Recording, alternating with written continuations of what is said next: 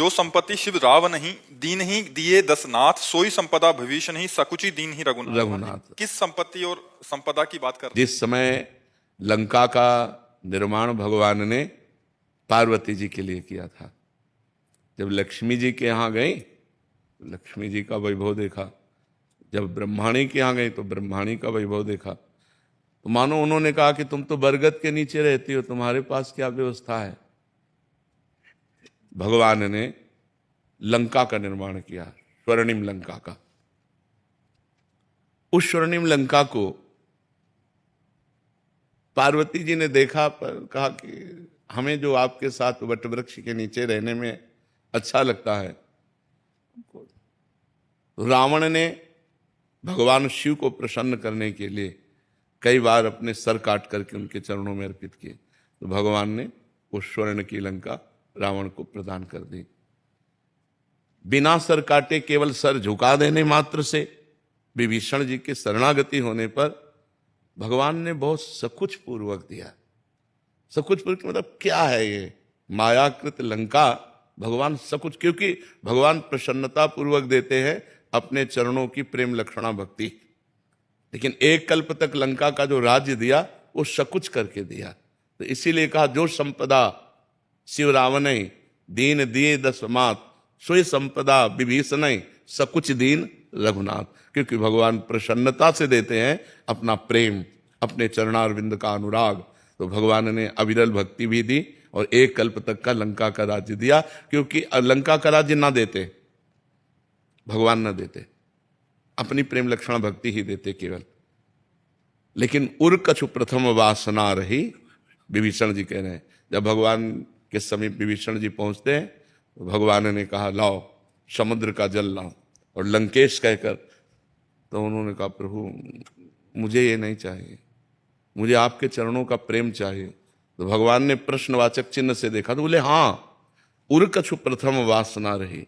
जब लात मारा था विभीषण जी को रावण ने, तो विभीषण जी ने उसी समय संकल्प किया था कि मैं भगवान की शरण में जाकर तेरा विनाश कराऊंगा और इसी लंकाधिपति के सिंहासन पर मैं बैठूंगा।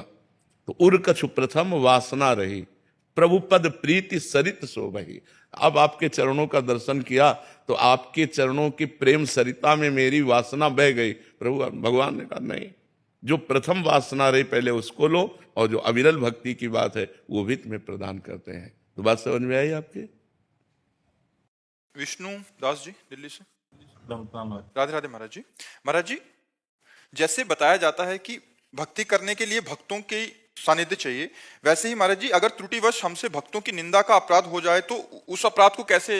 हाँ, उन्हीं भक्त से विनय करो जिनसे हो गया है, और भगवान से विनय करो। ऐसे भगवान नहीं क्षमा करते, भक्त ही क्षमा करते हैं। क्योंकि जब दुर्वासा जी के द्वारा अम्बरीश जी का अपराध बन गया तो भगवान शंकर के पास कैलाश में गए, टिकने नहीं दिया। ब्रह्मा जी के पास गए तो उनका नहीं, तुमने हरिदास का अपमान किया, इसलिए भगवान हरि ही तुम्हें क्षमा कर सकते हैं। वो हरि की शरण में गए तो हरि ने भी नहीं क्षमा किया। भगवान ने कहा अहम भक्त पराधीनो अस्वतंत्र इव द्विज, मैं अस्वतंत्र हूं, परम स्वतंत्र। भगवान क्या कह रहे हैं? इस समय मैं परतंत्र हूं, मैं स्वतंत्र नहीं हूं।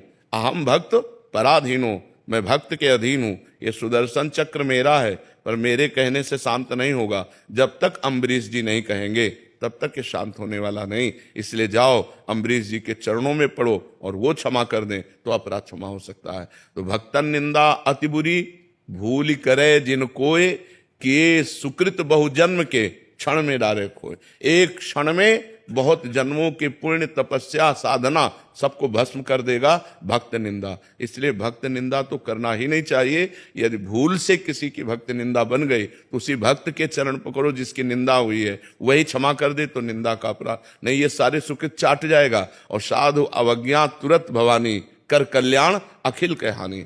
अखिल कल्याण का नाश करके भारी विपत्ति में डाल देगा अगर भक्त निंदा हो गई। इसलिए भक्तन निंदा अति बुरी। वैसे तो किसी की भी निंदा नहीं करनी चाहिए, पर निंदा के केते आवत नहीं कछु हाथ, मूर्ख पर्वत पाप को ले चल अपने साथ।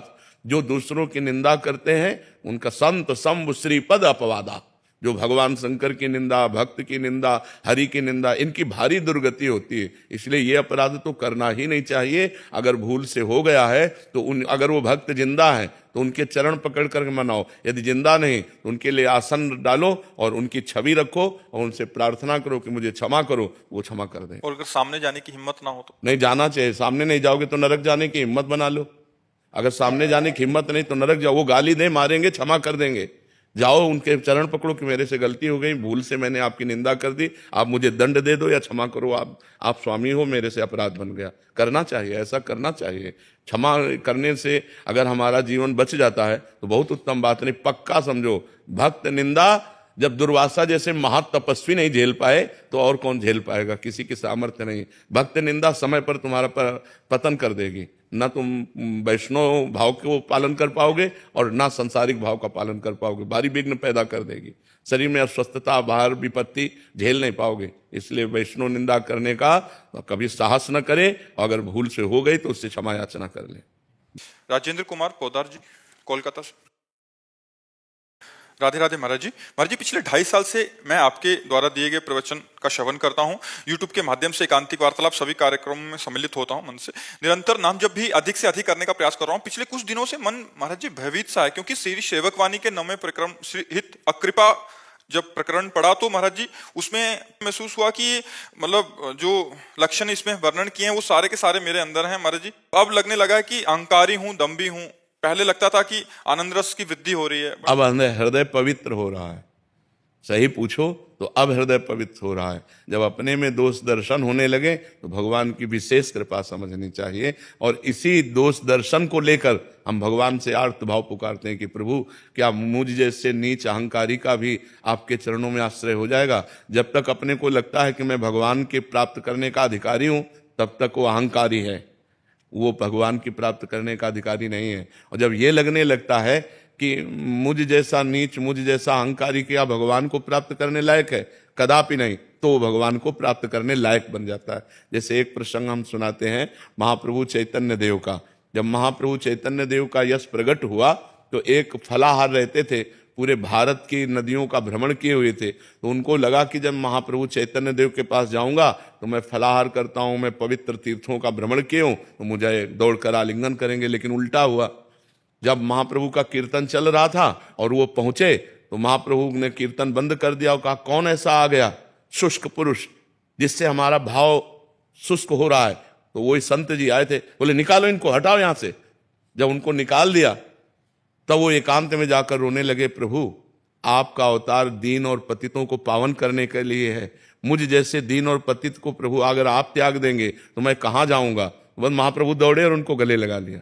बात समझे?